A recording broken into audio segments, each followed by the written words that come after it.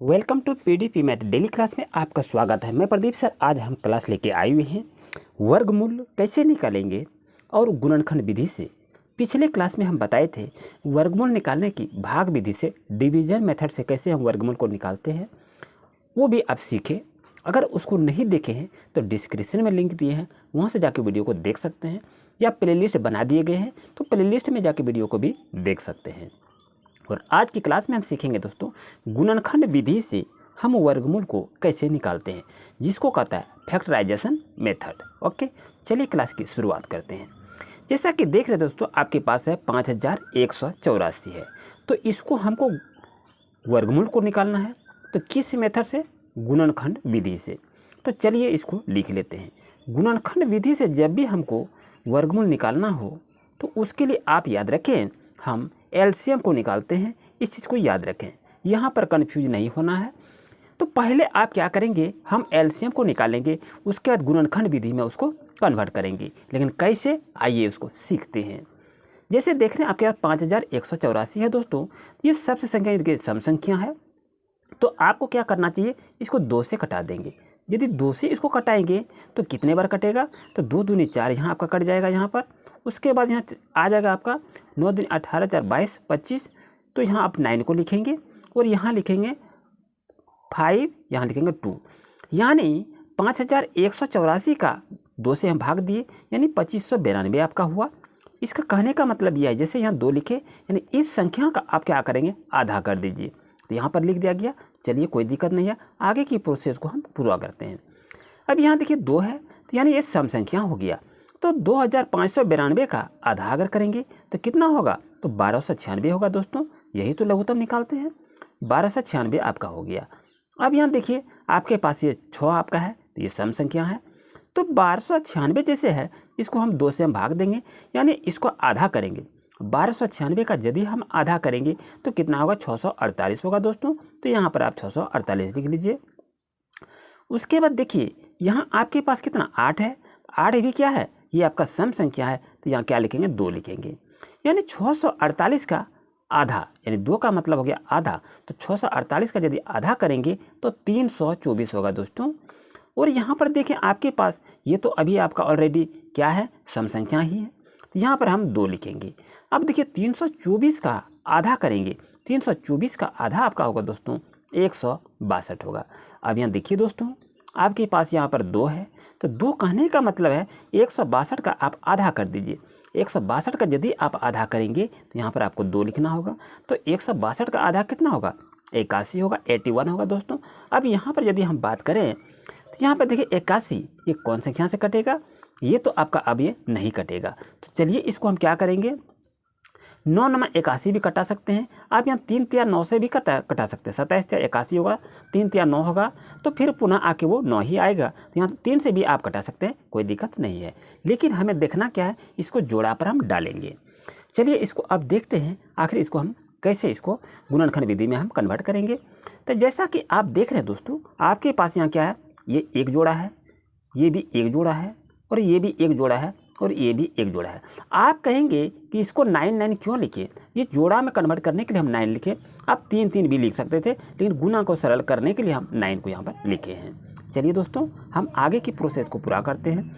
5184 आप किसका वर्गमूल निकाल रहे हैं, 5184 का वर्गमूल निकाल रहे हैं। तो यहाँ पर क्या लिखेंगे दोस्तों, यहाँ पर रूट अंडर को चढ़ा देंगे। ध्यान रहे, जो प्रोसेस को आपको बता रहे हैं इसको फॉलो करेंगे, आप अच्छी तरह से सीख जाएंगे। अब आपके पास देखिए ये 2 है, तो यहाँ पर क्या करेंगे, ये दोनों में से एक को ले लेंगे। एक को लेने के बाद क्या करेंगे, स्क्वायर को चढ़ा देंगे, कोई दिक्कत नहीं है। अब आगे को क्या करेंगे, यहाँ आपका गुना है तो यहाँ पर गुना दीजिए।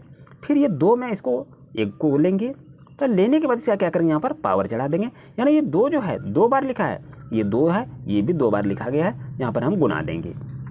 अब यहाँ देखिए इसका भी कॉमन लेके इसको ऊपर में चढ़ा देंगे इसका, यानी 2 पर पावर 2 होगा। और यह 9 का पावर है 9 पर, तो यहाँ इसका 2 पर पावर चला जाएगा, ये 9 पर पावर 2 हो जाएगा। यहाँ तक समझने में कोई दिक्कत नहीं होनी चाहिए। अब यहाँ पर देखें दोस्तों, हम तो गुणनखंड मेथड का हम उपयोग कर रहे हैं और वर्गमूल को निकाल रहे हैं। तो इसको अब करेंगे क्या, यहाँ 2 है, इसको 1 को ले लीजिए। यहाँ 2 है, 1 को ले लीजिए। फिर यहाँ 2 है, इसको यहाँ 1 को ले लीजिए। फिर यहाँ 2 तो है, यहाँ पर 1 को ले लेंगे। कहाँ तक समझने में कोई दिक्कत नहीं। अब सबको क्या करेंगे, सबको गुना करेंगे। क्या करेंगे, 2 दूनी 4, 4 दूनी 8, 8 नमक कितना हो जाएगा, 72 होगा, 72 होगा। तो दोस्तों आपको मैं बता दूं कि आपके पास था 5184। 5184 का यदि हम वर्गमूल को निकालते हैं तो आपका कितना आता है, तो 72 आता है। दोस्तों उम्मीद है आपको अच्छी तरह समझ में आ गया होगा। अगर नहीं समझ में आया, एक क्वेश्चन और ले लेते हैं, चलिए इसको देख लेते हैं। अब आते हैं नेक्स्ट क्वेश्चन पर दोस्तों कि 2304 का हम क्या करेंगे, वर्गमूल निकालते हैं। तो इसको क्या करेंगे, तो आप जो कर रहे थे वो आप लघुत्तम से निकाल रहे थे, तो चलिए इसको लघुत्तम के माध्यम से हम निकालते हैं। यहाँ आपका 4 है तो ये आपका सम संख्या हो गया, यहाँ पर 2 लिखिए, यानी 2304 का यदि आधा करेंगे तो 1152 होगा। दोस्तों अब यहाँ पर यदि बात करें 1152, यहाँ 2 आपका सम संख्या है, यहाँ पर 2 सम संख्या लिखिए। अब 1152 का आधा करेंगे तो आपका होगा 576 हो जाएगा। और फिर यहाँ देखिए आपके पास ये सम संख्या है, ये 2 से कटेगा, तो 2 से यदि कटेगा तो फिर इसका क्या है, 576 का आधा करेंगे तो आपका आएगा कितना, 288 आएगा। 288 लिखने के बाद यहाँ पर देखिए आपका सम संख्या है, तो यहाँ पर क्या लिखेंगे, 2 ही लिखेंगे। तो 2 जैसे लिखते हैं तो 288 का आधा करेंगे तो आपका कितना आएगा, 144 आ जाएगा। दोस्तों अब यहाँ देखिए 4 आपके पास है, तो 4 है तो 2 से हम कटा सकते हैं, यानी 144 का आधा कर दीजिए, 72 हो जाएगा।